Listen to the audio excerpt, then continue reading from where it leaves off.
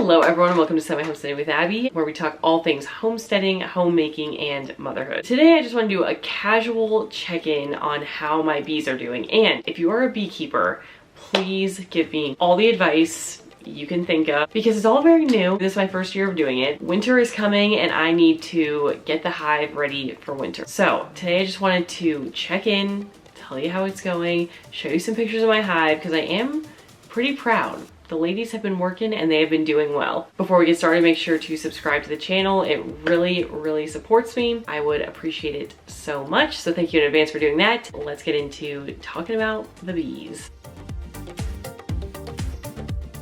Okay, so I did a video a while back in, I think it was April. So go watch that if you have not already. It showed me like setting up the boxes and painting them and going to get the bees and transferring them and all of that. But I will give you a quick recap. Basically, I got one nuke. I was gonna do two, but then I went to the beekeeping class, got very intimidated by the thought of keeping bees, and gave the other nuke to my aunt and uncle, so we each did one nuke. I'm very glad I decided to take on one nuke instead of two. So the people at the beekeeping store that I go to were explaining to me originally that it's nice to have two nukes or two hives, because if one kind of starts failing or is struggling with something, you can kind of cross-reference with what your other hive is doing, see what's normal or what's not normal, and kind of maybe rob the rich to feed to the poor in terms of spreading the resources of the hives and trying to keep both alive for winter.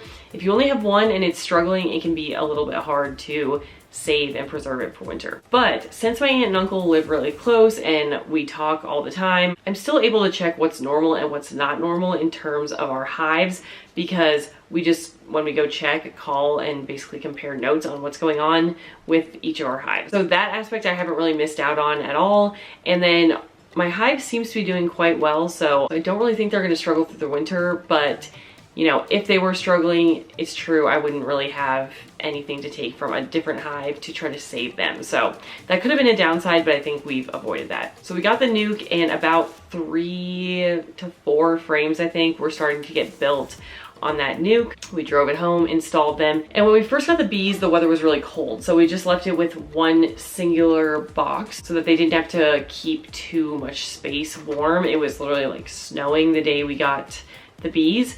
So we kept it to one box for a little bit. We added the second box probably a week or two after we installed the nuke. So pretty quickly. And then honestly, I was nervous to check them.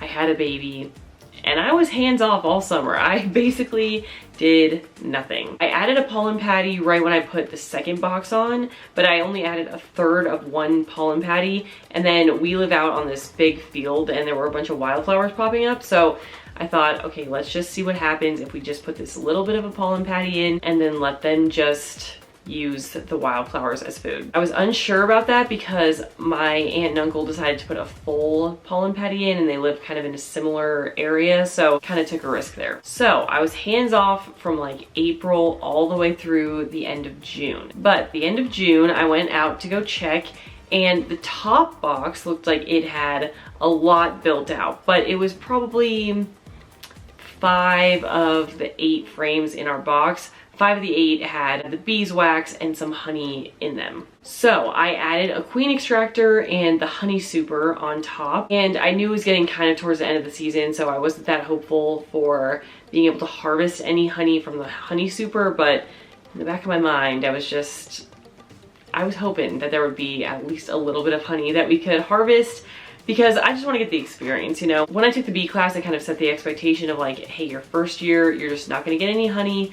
They need the honey in the bottom 2 boxes to get through the winter, so don't expect honey during the first year. But you know, if you get a nuke, there's a slightly higher chance than if you just get like the box full of the bees. So I was hoping that they would build fast enough so that I could get at least a little honey from the super. So I put that on, and then I didn't check it through all of July, and then about mid-September, like a couple weeks ago, I texted my neighbor who is more experienced with bees than me. She's had bees for like 3 or 4 years. I had her come over and my aunt come over so we could all look at my hive and kind of see where we're at, since I'm not exactly sure what to look for, you know, since it's my first year. So I was kind of nervous about like what I should be looking for, if things looked good, if things didn't look good as we head into the winter. So she came over, we went out and we checked our hive. It looked so good.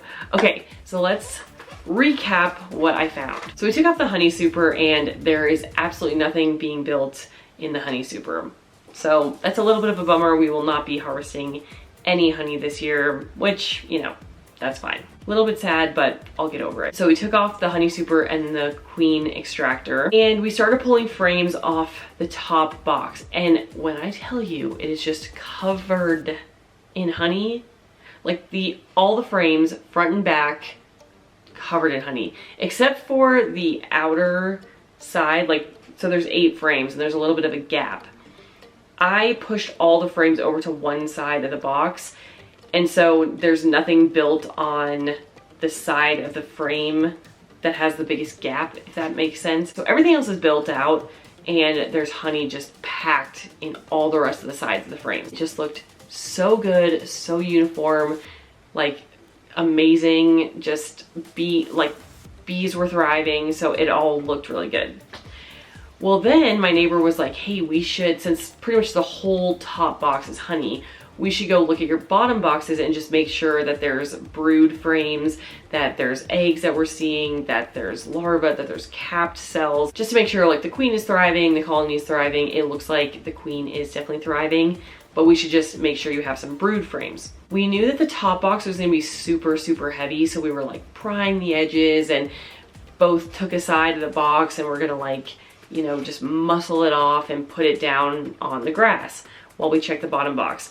Well, when we started pulling the top box off, I realized as I'm like looking down, you know, between the boxes, that the bees, because I didn't check them probably early enough and I didn't clean off frames and stuff like that, the bees have basically welded with their beeswax all of the bottom of the top frames to the top of the bottom frames. They've built honeycomb or beeswax from the top to the bottom, so like they're all connected.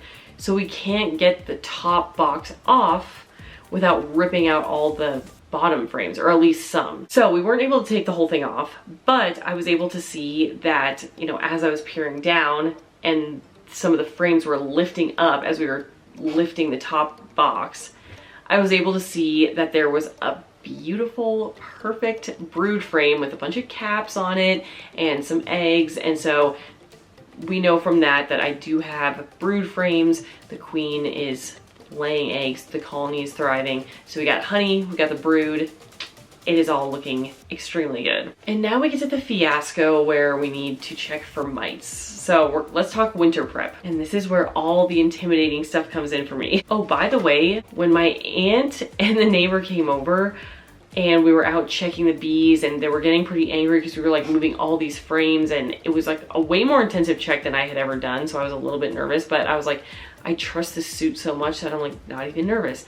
I looked down and the whole zipper part of like my head, you know, of the bee suit, the head part is unzipped. Like I never zipped it up. I accidentally just left it open.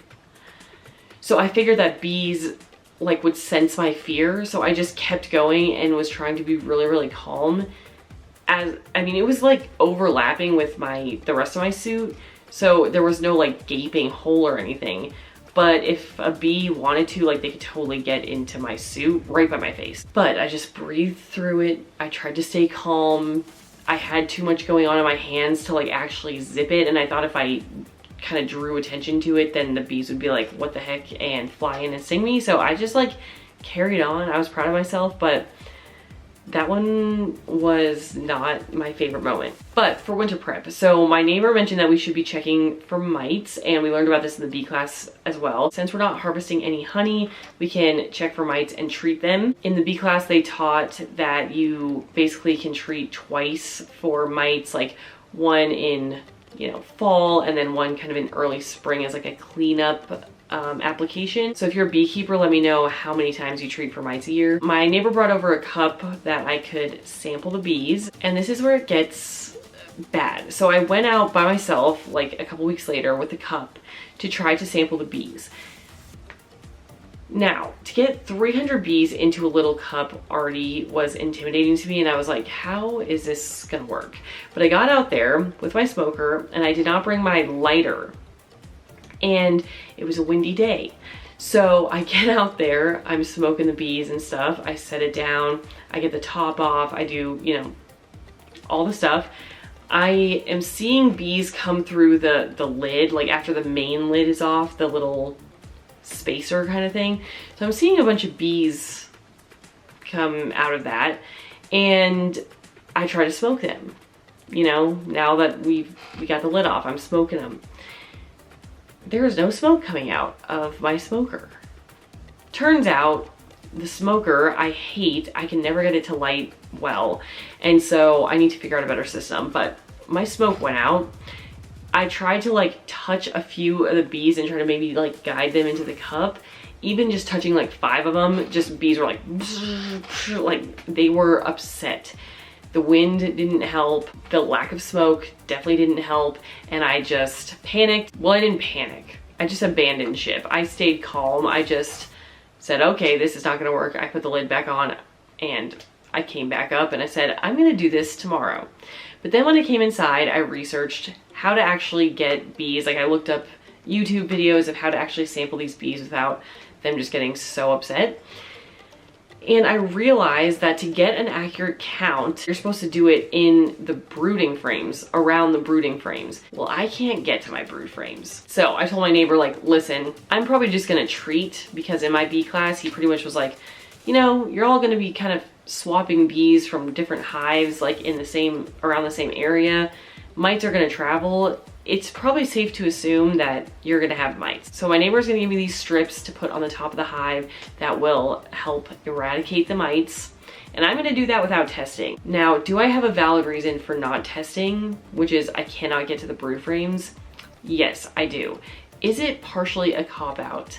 Yes, because if I really wanted to test them, I would just test from the honey frames and assume that, hey, maybe there's more mites in the brood ones. But honestly, I'm a little bit intimidated to swipe 300 bees into a jar and kill them all to see mites. The bees were being quite feisty when I barely even touched them. So I was kind of just looking for an excuse to not have to do that. And I found a great one. So you know what? No shame. I will do that later. So my plan is I'm gonna applicate and treat for mites. Then during winter, when everyone's like, you know, hunkered down in the winter, I'm going to go clean up some of the frames and disconnect the brood frames from the honey frames. And at that point, I will actually test for mites and make sure I can get to my brood frames. But for right now, I'm totally fine just using the cop out of I can't get to them. So that's where we are at. I'm going to treat for mites here in the next week or two. That is my plan. So again, if you are a beekeeper, I will not be offended by your advice.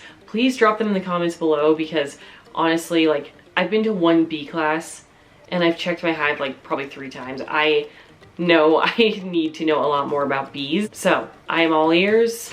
I would like to learn, and thank you in advance for leaving some of those comments. And that is all for this week's video. Again, just a casual check-in on what's going on in my homesteading journey. So thank you all for watching, and I will see you next week for another video. Bye everyone.